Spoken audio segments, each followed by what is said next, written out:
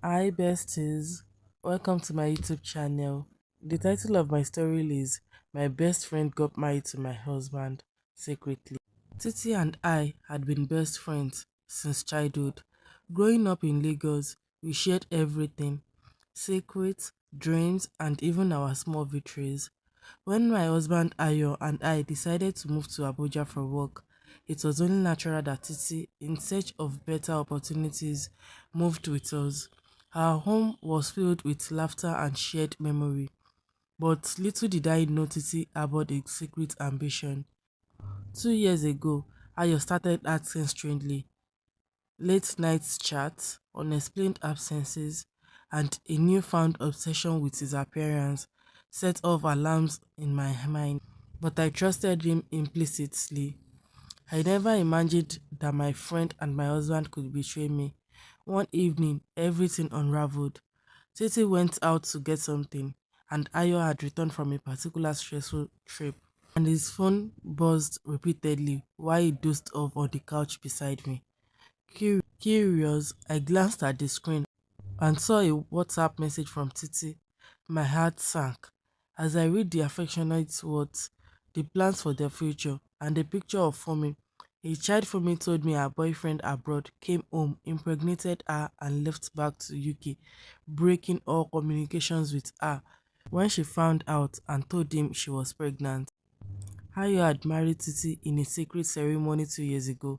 Titi had always been ambitious, but her sudden desire to marry Ayo was fueled by a misconception. She thought he was the rich one in our relationship, not knowing I was the true breadwinner. Her pregnancy had accelerated her plans, and Ayo, in a moment of weakness and confusion, had agreed to the deceit. Titi had miscalculated badly. While Ayo had a decent job, it was my business that provided the luxuries she saw. I felt very angry. She had thrown away her friendship and her dignity for a marriage of wealth. As I pieced together the betrayal, I couldn't help but wonder about the life they had led in secret. Every time little Fomi called my husband daddy, did it make Titi happy because he was a real dad? Did they laugh at their cunning plan, or was their relationship built on lies and mutual distrust? I woke him up and confronted him immediately.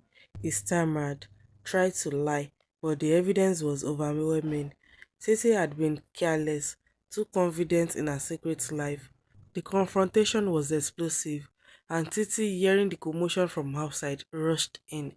"You think you're so clever, Titi," I said, with my voice trembling with a mixture of anger and betrayal. "You thought you had it all figured out. You thought Ayo was the one with the money, didn't you? Well, newsflash, I'm the one with the wealth, the business, the house, and everything. You played your cards wrong." Titi's face turned pale. She had gambled everything on Ayo, believing in his facade of wealth. She stammered, tried to apologize, but it was too late. Ayo had no choice but to confess everything. In a matter of days, Titi's world collapsed. I couldn't bear to have her or Ayo in my life anymore. I filed for divorce and kicked both of them out. Titi, realizing the gravity of her mistake, begged for forgiveness, but I was resolute. She tried to find shelter elsewhere, but word spread quickly in her circle of friends and family. No one wanted to take in someone who had betrayed their best friend so coolly. Titi found herself on the streets with little Fumi, the consequences of her actions weighing heavily on her. As I watched from afar, I couldn't help but feel a mix of anger, sadness, and pity. Titi had lost everything. Her dreams of a wealthy future had crumbled. The once inseparable friends were now worlds apart, with Titi learning a harsh lesson about trust, greed, and the true cost of betrayal. As I watched Titi and Fumi struggle on the streets, my heart wavered between anger and sympathy. I had once considered Titi a sister, someone I could trust with my life. Now she had betrayed me in the worst possible way, and the fallout had left her and her daughter homeless. Days turned into weeks, and I couldn't shake the guilt of what happened. Despite the hurt, a part of me still cared deeply for Titi and for me. I knew they needed help, but I wasn't sure if I could forgive Titi for what she had done. Meanwhile, Ayo had disappeared. I hadn't heard from him since I kicked him out.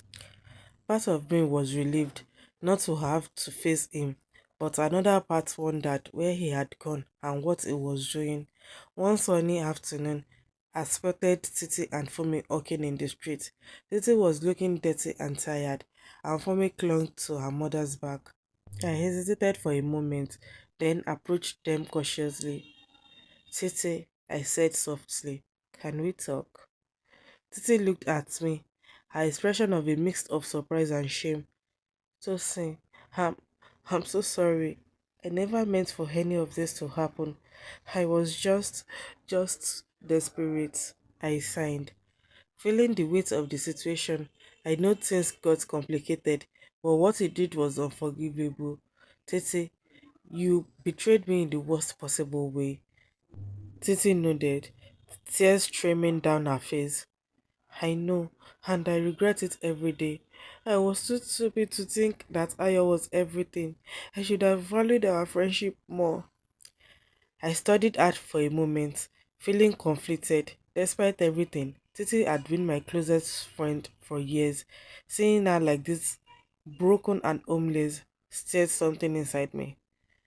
I can't forgive you just yet, I said finally. But I can't leave you like this either. Come home with me. Titi looked up, all flickering in her eyes. You, you would really do that? I nodded, just until you get back on your feet. But there are conditions. You have to earn my trust back. Titi nodded eagerly, wiping away tears. I understand. Thank you. Thank you, Tosin. Thank you. With a heavy heart, I led Titi and Femi back to my home. The atmosphere was tense at first, but gradually we settled into a routine. Titi took odd jobs during the day, while I focused on rebuilding my life and my business. Months passed, and slowly, Titi began to earn back my trust. She showed remorse for what she had done, and she was determined to make amends. Fumi too adapted to her new life, forming a bond with me that was both heartwarming and bittersweet. One evening, as I watched Titi take care of me, I felt a sense of peace settle over me. Our friendship would never be the same, but perhaps in time we could heal from the wounds of the past. As for Hayo, it remained a distant memory, a painful reminder of a betrayal I would never forget. I heard from someone that he had left the state soon after another gets rich quick scheme. Part of me pitied him, but most of me was grateful to be rid of him. The future was uncertain, but for now, Titi and Fumi were safe and cared for. And as we moved forward, I knew that forgiveness, while difficult, was sometimes the only way to find peace. Months passed. Despite the challenges, Titi and I managed to rebuild a resemblance of our friendship. She worked diligently to earn back my trust, and gradually her bond grew again.